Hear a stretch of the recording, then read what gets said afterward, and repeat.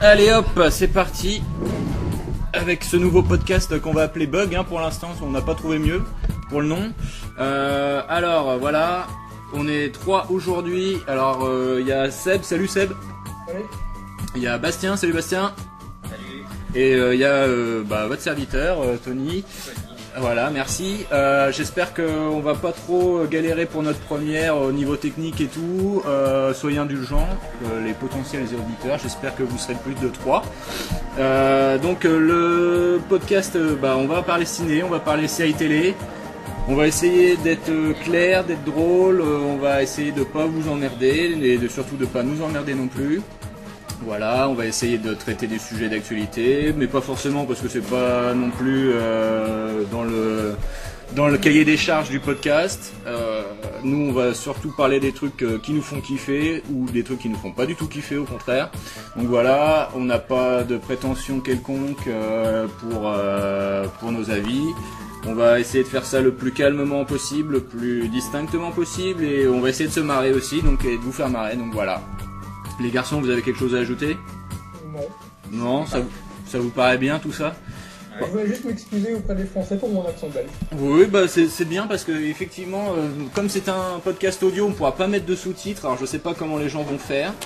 Vous savez que 90 c'est 90. Voilà, ça c'est. Oui, alors, donc effectivement, si tu parles des films qui sont sortis en 90, il va falloir qu'on traduise aussitôt ça. Donc il y aura peut-être du montage sur ta voix. On s'en excuse par avance. Voilà, donc un petit mot sur la petite musique que vous entendez en fond distinctement ou pas d'ailleurs, la musique du film Buckaroo Banzai, c'est un peu le film totem de notre podcast, on l'a choisi parce qu'on l'aime beaucoup. C'est un film complètement oublié, même si bon, il y a quelques temps il a été un peu ressorti de l'oubli. C'est un film un peu foufou, même carrément autre on peut dire, ça part dans tous les sens, science-fiction, comédie, c'est ultra kitsch, vous avez juste à entendre la musique de toute façon. Et puis voilà, le réalisateur, le fameux W.D. Richter, il a complètement disparu de la circulation après ce film, qui était quand même un budget plutôt correct. Vu le four que ça a fait, je pense qu'on l'a gentiment mis à la porte d'Hollywood. Et puis voilà, donc nous on l'aime ce film, beaucoup d'amour. À titre perso, je me souviens que ça doit être un des tout premiers zonins pour lesquels j'avais raqué. Et puis voilà, donc on a un lien très fort avec Buckaroo Banzai, déjà rien que le nom, j'ai envie de dire que ça envoie la sauce quoi.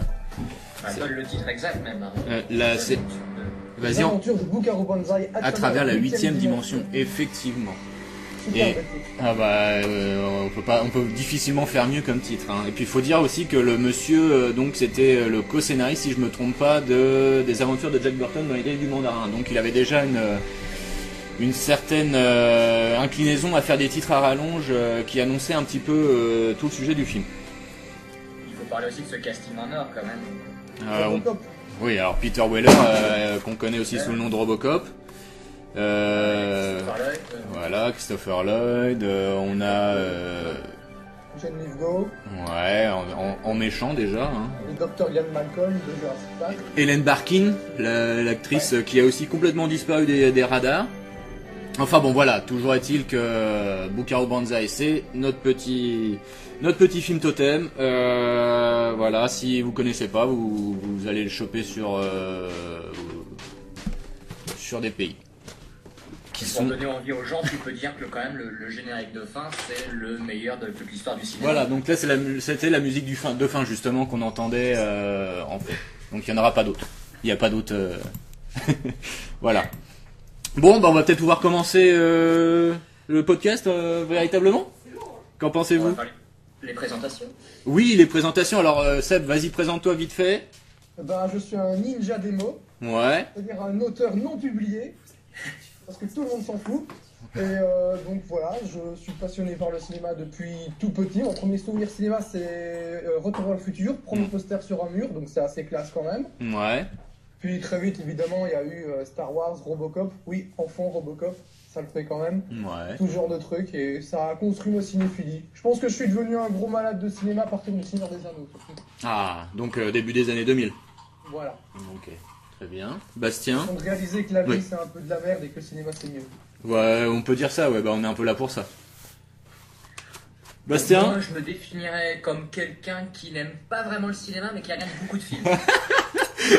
J'aime beaucoup, j'aime beaucoup ça, c'est Alors, très j'ai bien. pas de film totem comme ça où je me suis dit le cinéma c'est énorme, mais après c'est étant gosse, je regardais déjà beaucoup de films et souvent les mêmes plusieurs fois en fait. Et donc les Retours vers le futur forcément, Une nuit en enfer, Branded, Fantôme contre fantôme, Les Sous-doués aussi. Ah J'ai oui, regardé plein de fois. ah ouais, c'est un spectre très large quand même. Bah oui, oui, c'est ça. En fait, à la base, je viens plutôt du cinéma d'horreur et avec les années, j'ai bifurqué vers d'autres horizons, on va dire. Et notamment vers le monde des séries télé qui, aujourd'hui, est un petit peu la chose que je regarde le plus. Effectivement, on en est un peu... Comme chacun le sait, la qualité se fait plus à la télévision qu'au cinéma en ce moment. On est d'accord, mais tuc pas de marque, n'en parlons pas tout de suite, très bien. Donc alors, si vous avez fini vos présentations, je vais faire la mienne très rapidement. Alors donc Bastien, toi tu te présentais comme quelqu'un qui n'aimait pas le cinéma, qui regardait beaucoup de films. Moi je suis quelqu'un qui aime le cinéma, mais qui ne regarde pas du tout de films. Donc voilà. Maintenant, effectivement, c'est vrai que moi aussi je passe plus de temps à regarder des séries télé que des films. Sinon, le premier film, on va dire, qui m'est retourné, c'était en 95 parce que je l'ai vu au ciné. C'était Seven. Donc là, Fincher, il avait mis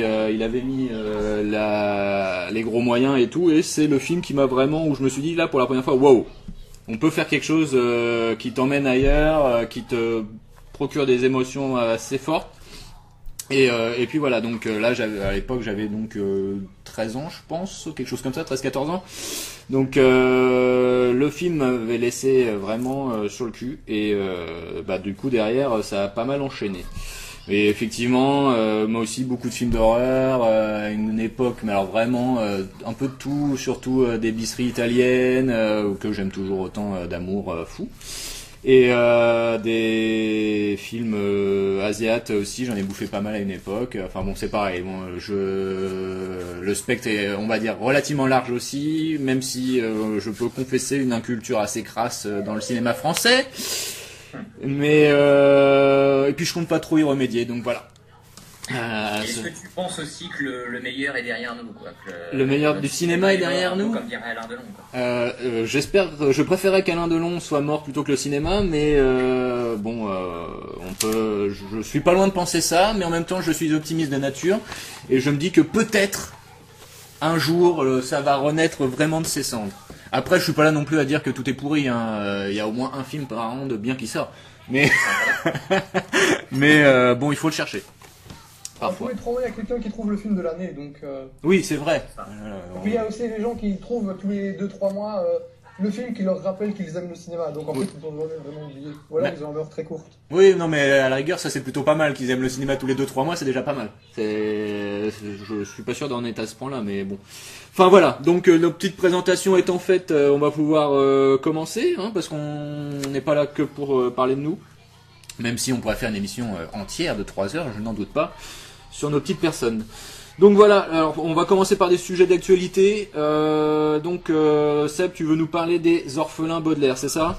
Les désastreuses aventures des Orphelins de Baudelaire, Alors, une série qui porte très bien son titre. Voilà, donc effectivement. Bon bah voilà, merci. Prochain sujet. Exactement. Voilà, donc c'est la nouvelle série Netflix. Enfin la nouvelle, ils en ont de plus en plus de toute façon. Mais ça démarre dès son générique qui est chanté par Neil Patrick Harris qui produit et qui est l'acteur principal de la série. On dirait que c'est un truc écrit sur un coin de table à base de « Ouh, ça fait peur, et si vous n'avez pas peur, arrêtez de regarder tout de suite ». Et en fait, c'est assez ridicule et je trouve que ça donne beaucoup le ton de ce que va être ta série. D'accord. Qui n'est pas vraiment joyeux. Ouais. Alors, t'as un gros problème, je trouve, avec Netflix, mais ça c'est sur toutes les séries, même celles que j'ai beaucoup aimées, c'est les durées d'épisodes, c'est complètement aléatoire. T'as par exemple The OA qui est en ce moment qui est arrivé à la fin de l'année, t'as des épisodes de 1h05 et puis t'as des épisodes de 35 minutes. Ouais, j'ai vu c'est ça, un peu ouais. n'importe quoi. J'ai l'impression qu'il n'y a aucun contrôle derrière. Donc je trouve que c'est un peu problématique, mais comme je l'ai dit, c'est même sur les séries que j'aime bien. Par exemple, j'ai adoré Daredevil. 13 épisodes, c'est beaucoup trop, ils devraient réduire le truc. Ouais, c'est vrai c'est vrai que moi aussi j'ai vu ça là pour The OA, c'est vrai que ça m'a un peu surpris pour la durée. Alors comment ils défendent ça, je sais pas trop. Après c'est vrai qu'eux ils ont pas d'impératif de pub ou des trucs comme ça, Ouais, donc voilà, à mon avis ils doivent jouer là-dessus. Mais c'est vrai que passer d'un épisode de plus d'une heure à un truc de 30 minutes, c'est un peu désarçonnant, j'en conviens. Donc, Les Orphelins Baudelaire, c'est pas une série enfantine, c'est une série infantile. C'est tout le problème du truc. C'est que tu as par exemple le narrateur, qui est donc l'auteur des romans, enfin, joué par un acteur évidemment, qui, attendant d'ailleurs, il jouait dans la série de Flick. Je sais pas si vous vous souvenez de le Tic. Une espèce de insecte bleu géant. Ah non, pas du tout. Amazon est en train de faire une nouvelle série là-dessus. Mm-hmm. Bah, c'est toute mon enfance en fait, le Tic. J'ai l'impression que personne ne connaît. Mais non, pas du tout. Mais ça se trouve en France on n'avait pas le même nom. Non, c'est tout original de Tic. Donc, non, connais pas du tout. enfin, si vous avez vu Ted, c'est le mec qui aime bien se faire frapper et se faire sodomiser. Voilà. Donc voilà, c'est ce mec-là. Donc t'as le narrateur qui apparaît à l'écran pour faire son travail de narrateur. Parfois c'est en voix off, parfois il apparaît directement dans le plan. Et c'est de la surexplication. C'est un point où on nous prend pour des cons, où on nous explique la différence entre le sens littéral et le sens figuré. Et t'as tout le temps comme ça n'arrête pas. Parfois, il va te dire un truc du genre c'est là que les enfants Baudelaire ont compris qu'il s'agissait d'extraterrestres. Et là, t'auras les enfants Baudelaire qui vont justement te dire il s'agit d'extraterrestres. Bon, il n'y a pas d'extraterrestres dans la série, hein, mais c'est pour l'exemple, sans spoiler. C'est assez énervant. Ensuite, t'as un autre truc qui m'a vraiment dérangé dès le début. C'est les CGI. T'en as partout.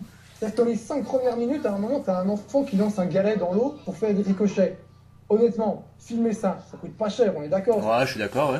Bah là, ils le font intégralement en CGI et c'est dégueulasse, c'est moche à regarder. D'accord. Donc, et en plus, il n'y a pas d'effet particulier dans le plan, c'est juste parce que... Non, c'est juste pour lancer un galet et faire des ricochets. Bon, effectivement, donc oui.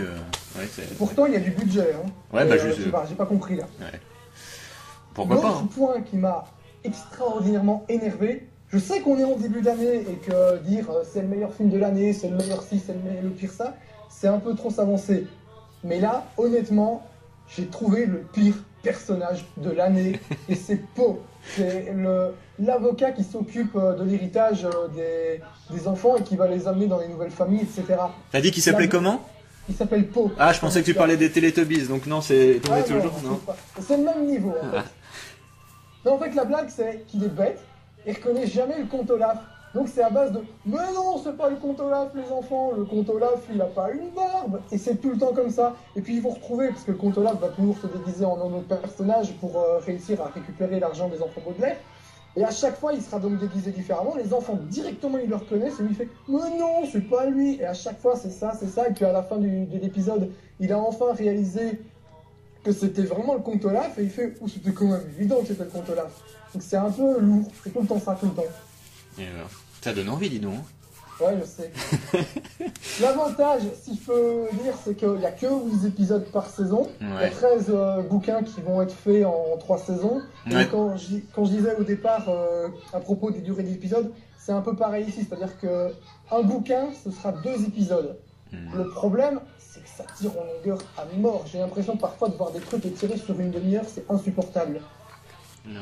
Alors donc c'est ce que je voulais te poser comme question. Il y a donc d'autres saisons qui sont déjà prévues, d'ores et déjà prévues, quoi. Ouais, il y aura donc 3 saisons pour faire tous les bouquins. J'imagine qu'ils n'auront pas au-delà pour créer des histoires originales. Ouais. Enfin, j'imagine. Mais tu vois, en fait, le truc, c'est que le film qui est sorti en 2004 avec Jim Carrey, c'était raté. Mais au moins, j'avais pas l'impression d'être pris pour un con à ce point. Et le film avait déjà beaucoup plus de gueule. Et surtout, son point fort, la performance de Jim Carrey. J'aime beaucoup Neil Patrick Harris, mais c'est pas Jim Carrey, quoi. Il a pas le génie, il a pas la subtilité, il a pas la nuance du jeu de Carrey, et ça joue beaucoup contre lui. Par exemple, vous avez regardé la série How I Met Your Mother, j'imagine? Ouais, un peu. Donc par moment, t'as Barney, son personnage, qui veut draguer des meufs, et il se déguise en personnage, il ment, etc. pour les séduire. Et ben c'est l'impression que j'ai eu en regardant ça. J'ai eu l'impression de voir Barney qui se déguisait en des gens, et qui essayait de choper des enfants, on va dire. Hein. C'est un peu ça. C'est ton côté belge qui ressort, là. Voilà, exactement, on est des pros là-dedans. Non, c'est ça que j'ai trouvé. En fait, j'aime beaucoup Harris, mais je trouve qu'il lui manque une subtilité dans le jeu. J'ai l'impression de devoir toujours faire la même chose, mais avec un déguisement différent. Et c'est assez déroutant. Donc j'appelle ça un ratage, la série. Ouais. C'est vrai que je me souviens que le film avec Carré, effectivement, esthétiquement, il avait une bonne tronche. La direction artistique était plutôt soignée, mais après, j'avais pas vu le film, donc je ne pourrais pas parler de sa qualité intrinsèque. Mais bon, donc tu conseilles pas. Hein. De mon souvenir. De quoi? C'était très burtonien. Ouais, c'est ça, c'est que ça faisait vraiment une esthétique burtonienne. Ouais, moi aussi, je me souviens m'être fait la réflexion à l'époque quand la bande-annonce était sur les ondes. Mais après, de toute façon, quoi que j'en dise, c'est quand même la meilleure série de l'année parce que c'est Netflix. Et puis c'est la première. Ouais, bah oui, évidemment, non, mais c'est la meilleure. C'est l'effet Netflix un peu. HBO a eu ça aussi. C'est-à-dire, si c'est sur HBO, c'est forcément génial. C'est vrai. Donc voilà, c'est un peu comme t'as la série Dirk Gently que je ne vous recommande pas non plus. Enfin, que je vous recommande plus, mais quand même pas, faut pas déconner. Et quand elle est passée sur un BBC America, tout le monde s'en branlait. Maintenant que c'est sur Netflix, c'est la meilleure série de tous les temps. Il n'y a pas de limite, on s'en fout la nuance, c'est pour les cons. Ouais, mais la différence, c'est que HBO, c'était vrai quand même. Et HBO a quand même fait des trucs un peu nuls. Mais on n'est pas là pour parler de ça, mais effectivement, c'est un problème récurrent aussi à notre époque. Donc, pour les désastreux orphelins Baudelaire, c'est non, hein, d'accord Pas du tout, non. Donc les gens ne perdent pas de temps avec ça, on est d'accord. Il vaut mieux passer à autre chose. Ok, très bien, bah écoute, c'est ce qu'on va faire. Alors maintenant, tu parlais donc du problème de Neil Patrick Harris qui avait un peu tout le temps la façon de jouer de façon similaire à chaque fois, c'est ça? Ouais. Et bah écoute, je vais en aborder un autre, avec Kiefer Sutherland. Avec sa nouvelle série aussi diffusée sur Netflix dans le reste du monde, Designated Survivor. Alors par contre aux États-Unis, c'est diffusé sur ABC. Donc voilà, donc Kiefer c'est pareil, qui joue Tom Kirkman comme ici, ou alors notre ami Jack Bauer dans 24, c'est exactement la même façon de jouer, mais il y a du charisme. Mais... Voilà, c'est ça, c'est je pardonne un peu. Exactement. À la différence de notre ami Neil Patrick Harris, c'est que lui, ça, je trouve que ça passe plutôt bien. Donc voilà, Designated Survivor, c'est 10 épisodes de 42 minutes ici, avec une première salle d'épisodes. On est d'accord, vu le succès du truc aux États-Unis, ils ont relancé la machine pour en faire donc une suite et faire, je pense, à peu près une petite dizaine aussi de nouveaux épisodes qui seront diffusés à partir de mars 2017 aux USA. Donc j'imagine dans la foulée, après dans le restant du monde sur Netflix. Et c'est une série écrite par un nouveau venu, David Guggenheim. Donc le mec, moi j'en avais jamais entendu parler. Il est à la base scénariste pour un film qui s'appelait Sécurité rapprochée en français avec Denzel Washington et Ryan Reynolds. Ça vous dit quelque chose les gars ? Je l'ai vu, j'en ai aucun souvenir, donc c'était pas génial. D'accord, il était aussi derrière 12 Hours avec Nicolas Cage. Ah, je l'ai raté celui-là, pourtant j'ai vu beaucoup de Nicolas Cage. Et enfin, derrière un téléfilm qui s'intitule Exit Strategy, réalisé par Antoine Fuqua quand même, et avec Ethan Hawke et Tom Sizemore. Donc, la place d'Antoine Fuqua est à la télé de toute façon. Voilà, exactement, et tout comme Tom Sizemore, j'ai envie de dire. Qui a été quand même très bien vu dans les années 90, et puis je crois qu'il a eu une sombre affaire de sextape ou quelque chose comme ça, en plus de drogue, enfin bon, voilà, il a tout fait correctement pour sa carrière. Voilà, donc revenons à nos moutons. Donc David Guggenheim, sa particularité, c'est d'écrire des scénarios comme ici, donc pour cette série, où ça mêle thriller politique, thriller et politique, drame, toutes les arcanes du pouvoir, il les aborde et donc il en fait des intrigues là-dedans. Donc voilà, donc apparemment c'est aussi une interprétation d'un roman de l'illustre Tom Clancy qui s'intitule Sur Ordre en français, donc je ne connais pas le titre original, je vous avoue que j'ai pas fait la recherche.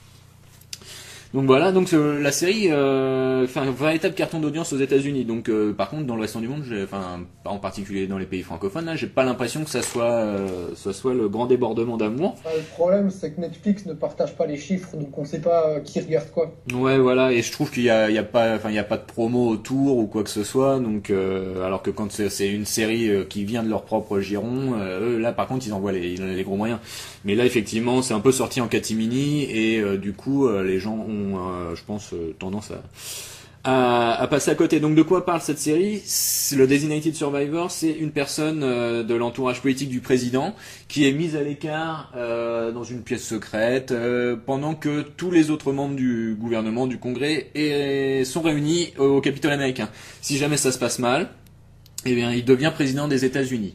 Et donc, comme vous pouvez vous en douter, c'est ce qui se passe. Le Capitole est détruit au bout des 5 premières minutes de la série. Et donc, notre ami Kiefer Sutherland, a.k.a. Tom Kirkman de la série, devient le nouveau président des États-Unis. Alors qu'à la base, il est juste secrétaire au logement et au développement urbain. Donc, autant vous dire que le mec est pas ultra sexy au niveau politique. En plus de ça, il n'a jamais été élu. Donc on peut supposer au début qu'il est quand même particulièrement incompétent pour le rôle, hein, j'ai envie de dire tout parallèle avec Donald Trump est peut-être plus ou moins fortuit. Mais donc voilà, ça c'est le pitch de la série. Donc pendant ces 10 épisodes, on va suivre sa révélation en tant que personnage politique, en tant que monstre politique.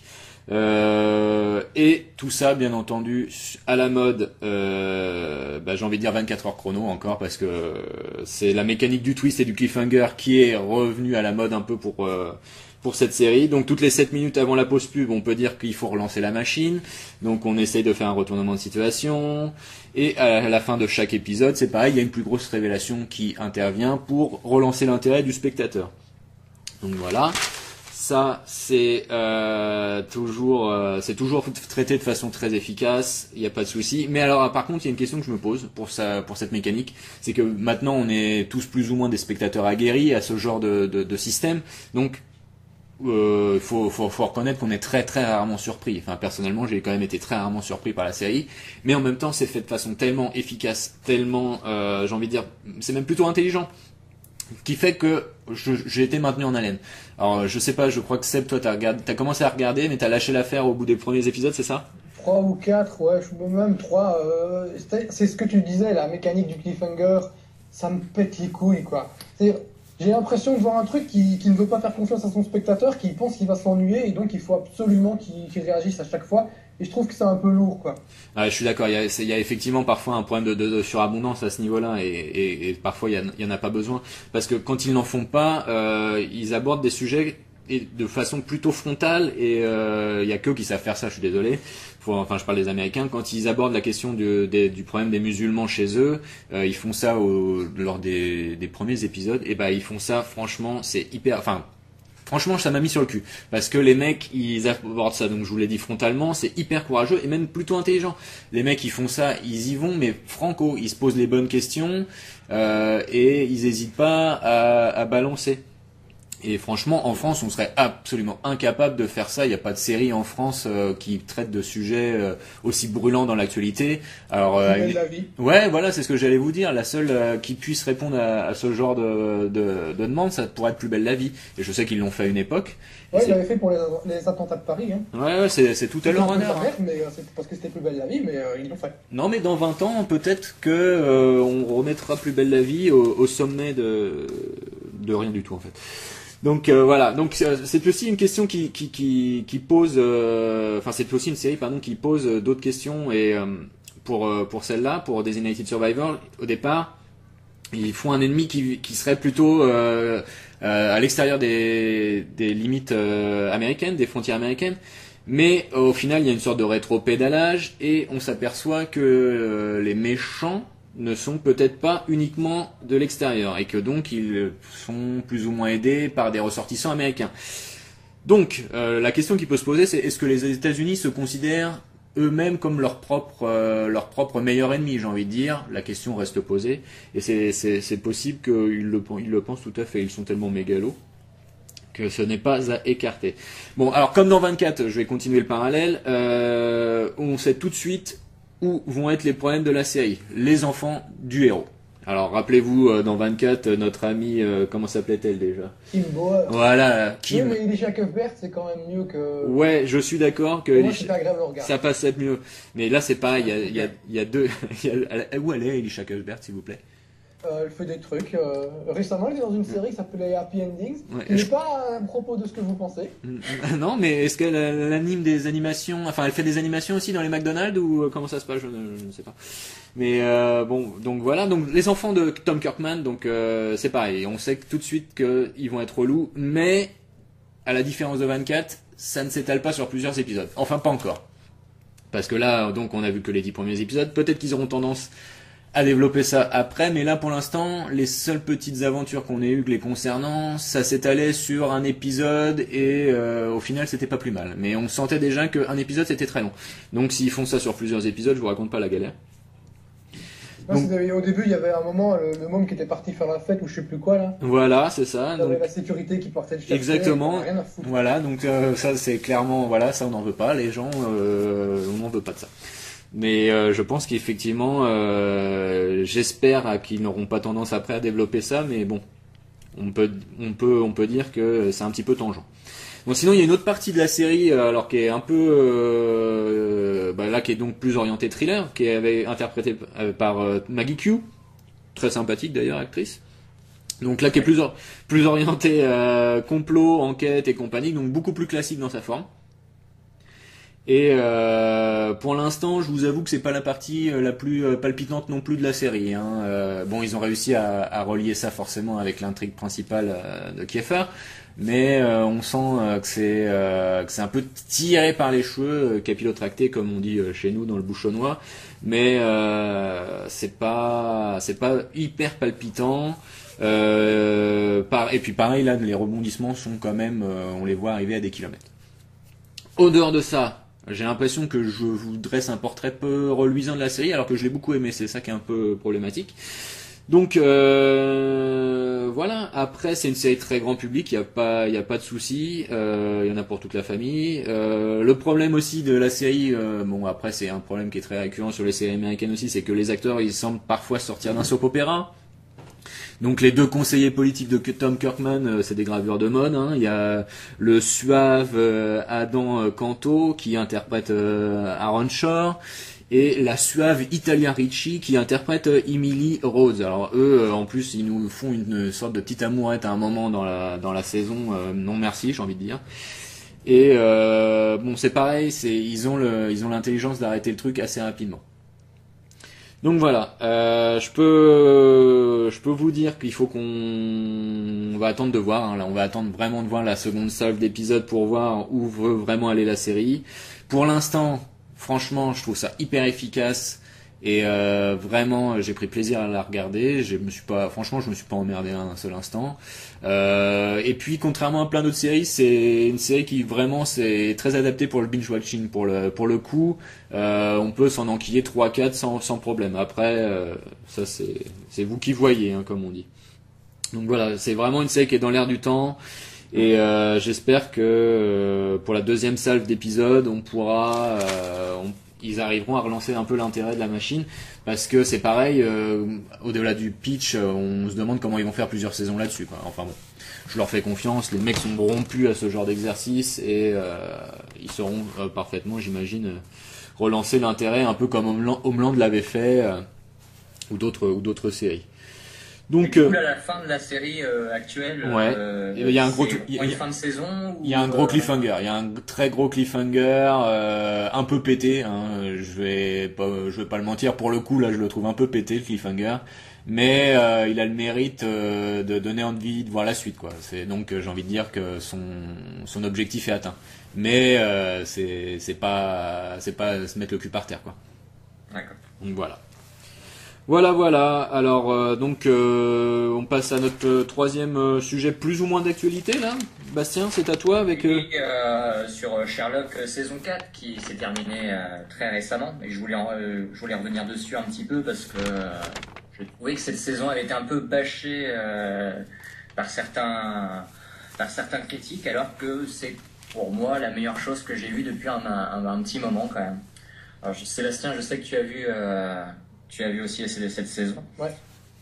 Et c'est vrai qu'il y a des défauts. Je suis un peu plus mitigé que toi, on va dire. Ouais, j'ai bien aimé globalement. Ouais. On est d'accord que pour dire qu'effectivement, comme à chaque fois, donc une saison c'est 3 épisodes. Et donc le premier est en dessous des deux autres. Mais pour moi, l'épisode 2 et le troisième, c'est vraiment du très très bon Sherlock. Ça part dans tous les sens comme souvent dans Sherlock. Mais c'est des véritables montagnes russes, quoi. Il y a des ruptures de ton dans les épisodes. Et malgré qu'il y ait des défauts scénaristiques, des fois, avec d'ailleurs un côté un peu Scream 3 au final, derrière tout ça, c'est quand même d'une générosité incroyable. Ne serait-ce que la réalisation des épisodes, c'est du caviar, les acteurs sont toujours au top. À propos des acteurs, j'attendais énormément Toby Jones dans la série. Ouais. Je trouve qu'il en fait 4 tonnes. J'ai vu plein de gens dire qu'il est génial, même des gens qui n'ont pas spécialement aimé l'épisode. Mais bordel, il en fait 4 tonnes, quoi. Il est dans le surjeu à mort, ça a beaucoup dérangé, moi, en fait. Mais le personnage est déjà un peu comme ça, caricatural. Moi, j'ai pas vu la quatrième saison là, mais je sais que j'avais déjà un souci avec la fin de la saison 3 et alors en particulier encore plus avec l'épisode spécial de Noël l'année dernière, je crois. Je trouvais que il s'était vraiment devenu hystérique narrativement, quoi. Ça partait vraiment un peu trop dans tous les sens et que du coup, moi, ça me perdait. J'étais ultra fan des 2 premières saisons. J'avais trouvé ça absolument génial, mais je vous dis, à partir de la saison 3, déjà, ça commençait à être un peu moins... Enfin, je trouvais ça moins bien écrit. Et alors, l'épisode spécial de l'année dernière, moi, j'avais trouvé ça mais vraiment à chier. Donc, je sais pas si... Moi aussi. Je sais pas si... J'ai déçu de cet épisode de Noël, mais... Ouais, il y a vraiment une rupture entre les 2 premières saisons et les saisons 3 et 4. Hein. Je disais quelqu'un sur Twitter dire intelligemment que justement la série avait changé depuis qu'ils avaient fait péter le budget. Et je trouve que c'est assez vrai, parce que la saison 3, tu le sens vraiment le changement. Ouais, bah oui, c'est ça, ils ont vu aussi que le succès était au rendez-vous et donc effectivement, ouais, ils se sont un peu plus lâchés, ouais, clairement. Et pour moi, après, c'est clairement aussi un problème scénaristique, de toute façon, de retrouver l'intensité d'une Némésis comme Moriarty, c'est très difficile. Voilà, effectivement, c'est ce que je trouvais aussi, c'est qu'effectivement, à partir du moment où Moriarty avait disparu, c'était difficile et bon, on peut le dire, le faire réapparaître après, c'était quand même aussi, bon, les gars, j'espère que derrière vous avez de quoi envoyer, quoi. Et sans vous en dire trop, dans cette saison, vous avez un passage I Want to Break Free de Queen qui est juste la scène panard de l'année déjà pour moi. C'était un vrai plaisir ce moment-là. Bah moi, comme ce que je disais sur Toby Jones, je trouve que le problème de Moriarty, c'est qu'il en fait trop. C'était déjà mon problème sur la deuxième saison, quoi. Et c'est un peu c'est Joker. Ouais, c'est un personnage un peu bouffon, on est d'accord. Bah, de toute façon, enfin, c'était assez clair que Moffat et Gatiss étaient en train de faire leur Batman et Robin. Hein. Ah bah ça va alors. Pas le film, hein, je veux dire Batman et Robin, les personnages. Ouais. Hein, on s'entend bien. On s'entend D'ailleurs, bien. le dernier épisode est très Batman, je trouve. Ouais. On est un peu dans le Asylum Arkham. Ah bah et après, ce qui m'embête de dire ça, c'est que je pense qu'il faut que la série effectivement s'arrête maintenant, quoi. Je pense qu'il faut plus faire de saison et que.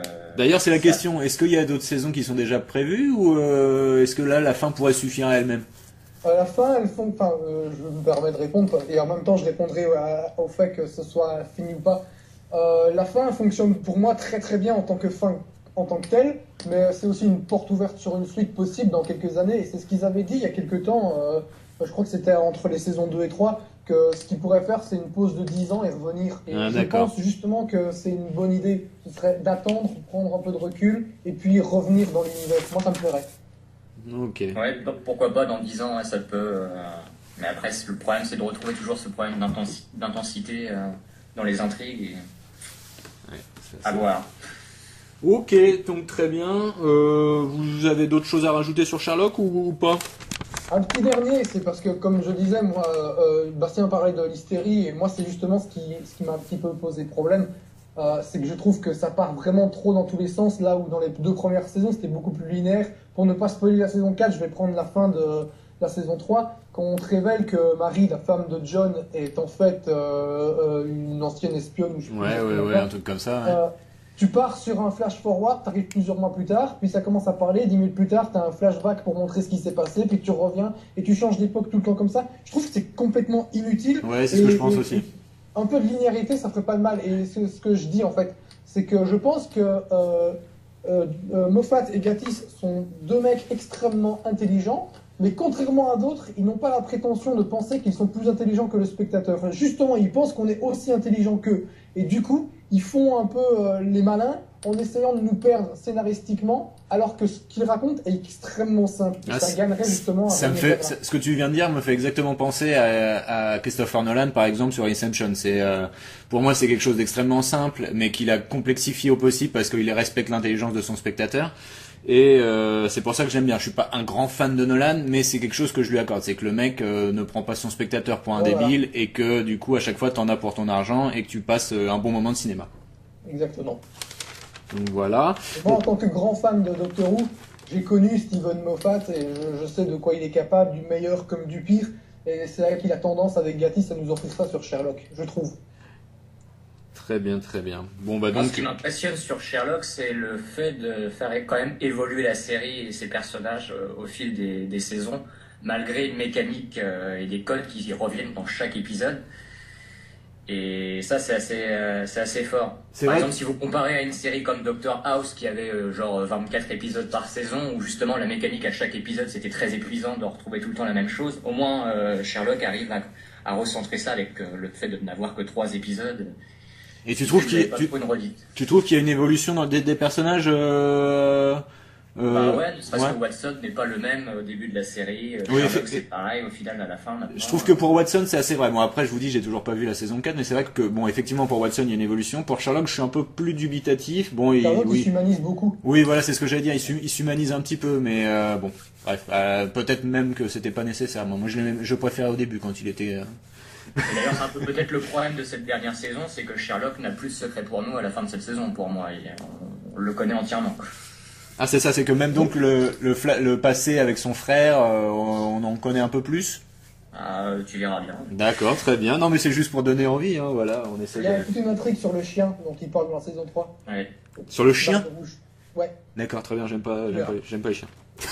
Pardon, pareil, on dure, traître. Bon, sans transition, on enchaîne ou pas, les gars?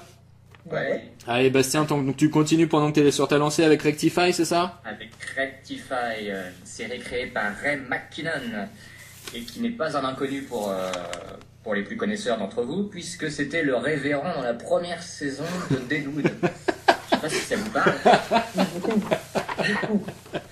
Ah mais oui, si. Non, en fait, non.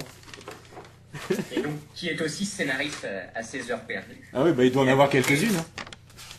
Il a créé une série qui s'appelle Rectify et qui s'est terminée en fin d'année dernière, là, 2016, dans une indifférence générale, alors que ça mérite quand même qu'on revienne dessus, hein, à l'heure où on ne parle que des Walking Dead et compagnie. C'est diffusé sur Sundance Channel. Oula. Cette chaîne que personne ne connaît. Voilà. Alors, pour vous pitcher un peu le truc, ça commence avec la libération de Daniel Holden, un type qui a été enfermé depuis 19 ans, et il a été enfermé à l'âge de 18 ans, pour le meurtre et le viol de sa petite amie de l'époque. Et en fait, au fil des épisodes, on va suivre sa réinsertion dans la vie, tout simplement. Avec les membres de sa famille qui gravitent autour, et sur lesquels aussi on va s'intéresser. Parce que comme vous le savez, la vie c'est dur, et ça va être la même chose pour ces personnages-là. Oh. Et en toile de fond, vous avez l'enquête qui porte sur ce qui s'est réellement passé en fait sur le meurtre de sa petite amie de l'époque, car il est libéré, mais toujours coupable au final, et on ne connaît pas la vérité.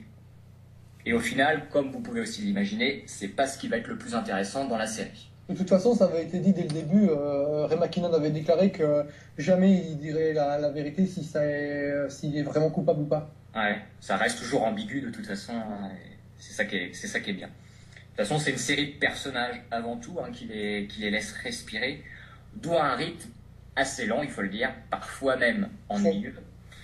Mais c'est ça qui est bien, c'est de réapprendre aussi à s'ennuyer. À s'ennuyer comme dans la vraie vie. On est d'accord. Parce que c'est une série à hauteur d'homme, si vous voulez, à l'image de la dernière diffusion qui a donc été diffusée.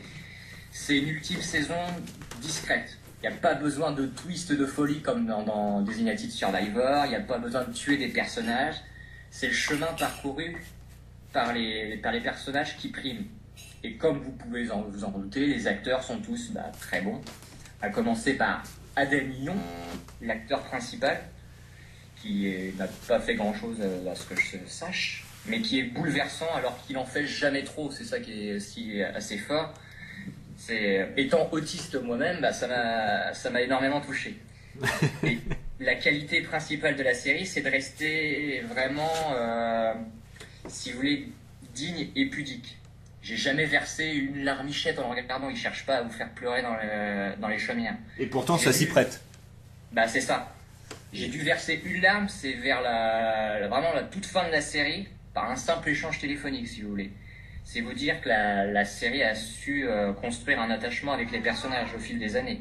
Et que de devoir les quitter, ça fait toujours un petit pincement au cœur. Comme dans tous les grands finales de séries. De séries, on est d'accord. Remember, Six Feet Under, voilà. Alors, petite parenthèse, les gars, je vous prends comme ça au dépourvu. Vous allez me donner chacun, pour vous, le meilleur series final que vous ayez jamais vu. Je vous laisse réfléchir 2 secondes. C'est bon? C'est bon, je l'ai. Vas-y. Alors, Bastien, Six Feet Under, c'est ça? C'est ça. Et Seb? The Shield. Très bien. Écoutez, je suis un peu déçu que vous n'ayez pas répondu Lost, mais bon, ça, on garde ça pour plus tard. J'adore celui de Lost, mais The Shield, il est parfait parce qu'il est complètement inattendu. Effectivement, et que la dernière saison, elle est juste au sommet de l'écriture. Exactement. Voilà. Très bien. Et moi, je vais vous donner quand même la mienne, et je vais peut-être vous donner, allez, comme ça, tout de go, Battlestar Galactica.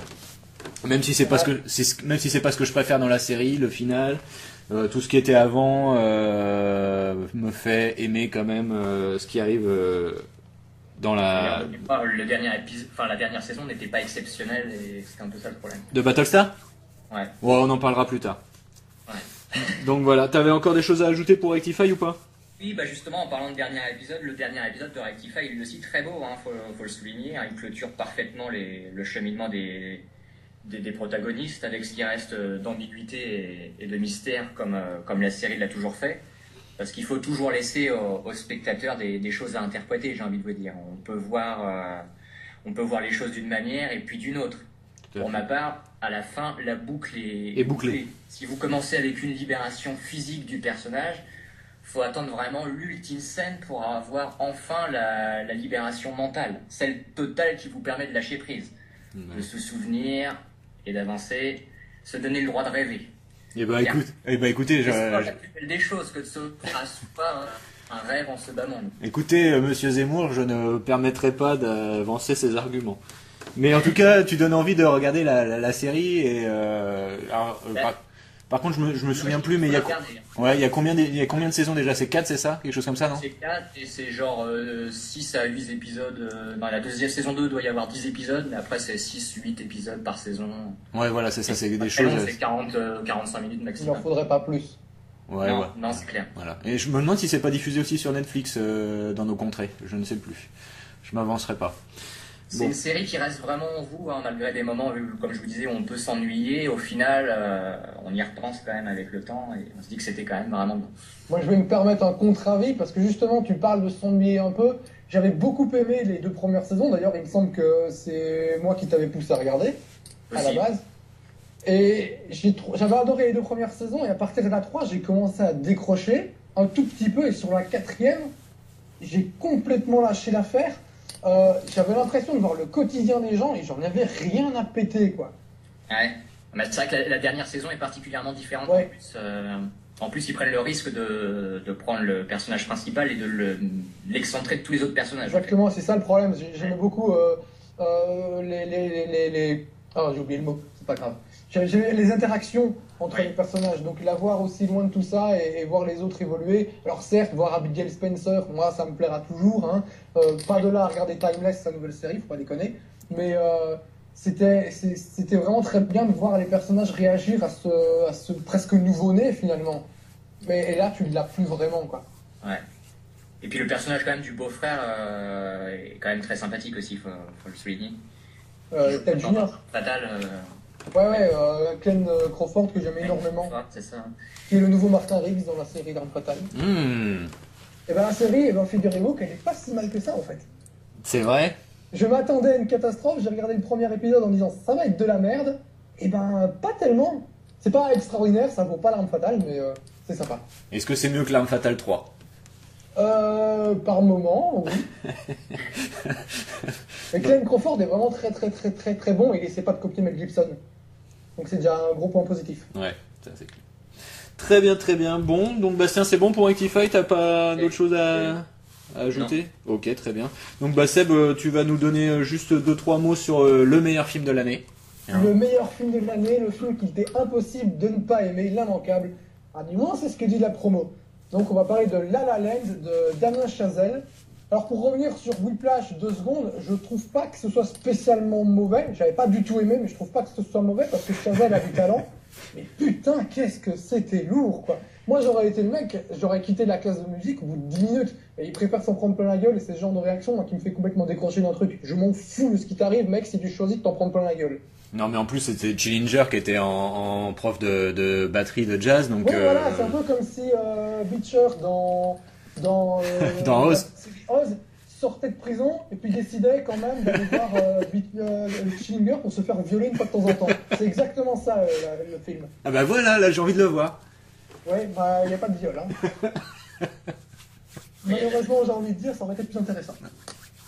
Enfin bref, voilà, donc j'ai pas été un grand fan de Whiplash et j'aime pas beaucoup les musicals non plus. C'est un genre qui ne me plaît pas, parce que c'est rare que je n'arrive pas à prendre mon pied devant un numéro musical, parce que ça me sort du truc, je trouve ça illogique. T'as les gens qui sont en train de parler et d'un coup ils se mettent à chanter et danser, je trouve ça bizarre. Après, je suis un grand fan des deux Happy Feet de George Miller, mais c'est parce qu'il y avait une raison, il y avait une vraie logique derrière le fait qu'ils chantent et ils dansent, les pingouins. Enfin, les manchots, si tu dis pingouin en France, les gens pètent un câble. Oui, effectivement, on est très tatillon sur l'univers. Ouais. Alors qu'en anglais, ils disent pingouin. Donc moi, je dis pingouin parce que je regarde les films en VO. Point. Mais nous, aussi, voilà, nous aussi. Donc, tu vois, on part sur une très mauvaise base, une promo très agressive, un précédent film, pas un premier, j'ai pas vu ces précédents, un précédent film que j'ai pas aimé, un genre que je n'aime pas spécialement, donc, eh ben, en fait, j'ai plutôt bien aimé le film. Et j'en suis vraiment le premier étonné. Qu'on soit clair, parce que je vois que tout le monde qui crie au chef-d'œuvre, etc. Ah, chef-d'œuvre. Oui, exactement. Je suis pas aussi enthousiaste que ça. C'est juste bien et franchement, bah, c'est déjà pas mal. Ouais, c'est déjà pas mal. Ouais. Moi, je vois beaucoup de films, je vois beaucoup plus de films que vous deux, il me semble. Effectivement. Et surtout des nouveautés. Et je suis assez catastrophé quand je vois à la fin de l'année les flop 10 et que je vois ce qu'ils mettent dedans. Je me dis, putain, les mecs, vous avez vraiment de la chance si c'est ça les pires films que vous avez vus, parce que j'en ai vu des bien pires. Donc voilà, après c'est peut-être parce que je suis pas un fan du genre que je trouve ça juste bien. Je serais peut-être plus enthousiaste si j'avais été plus amoureux du genre.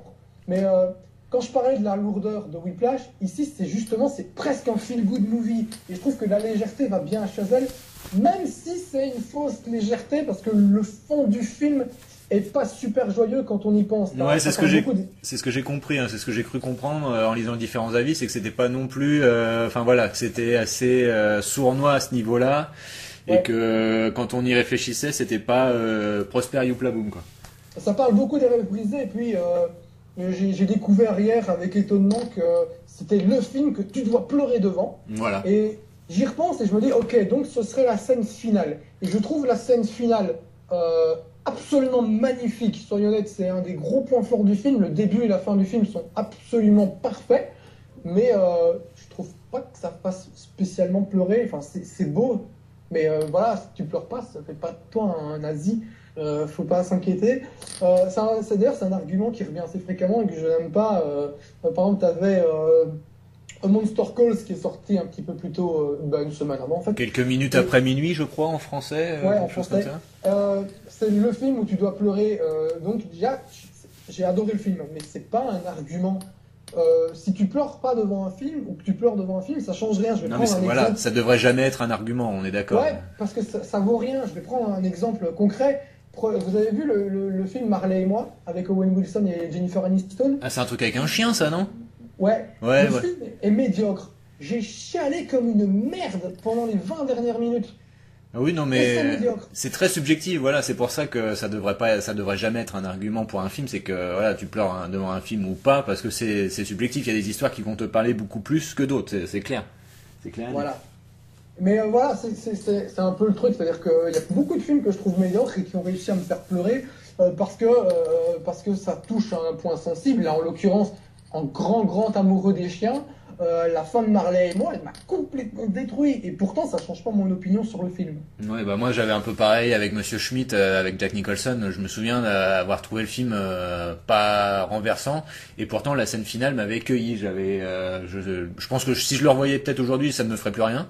Mais je me souviens à l'époque d'avoir eu ma petite larme, alors que vraiment, je m'y attendais vraiment pas, quoi. C'était pas le film sur lequel je devais y aller, quoi. Enfin bon, Ouais. voilà. Donc, Pour revenir sur La La Land, Sébastien, la partie musicale représente combien en pourcentage, on peut pas dire? tant que ça, en fait. Pas tant que ça. Il y a des chouettes numéros musicaux. La première scène du film est assez géniale. Ça se passe sur une autoroute où toutes les voitures sont bloquées, tout le monde sort, chante et danse.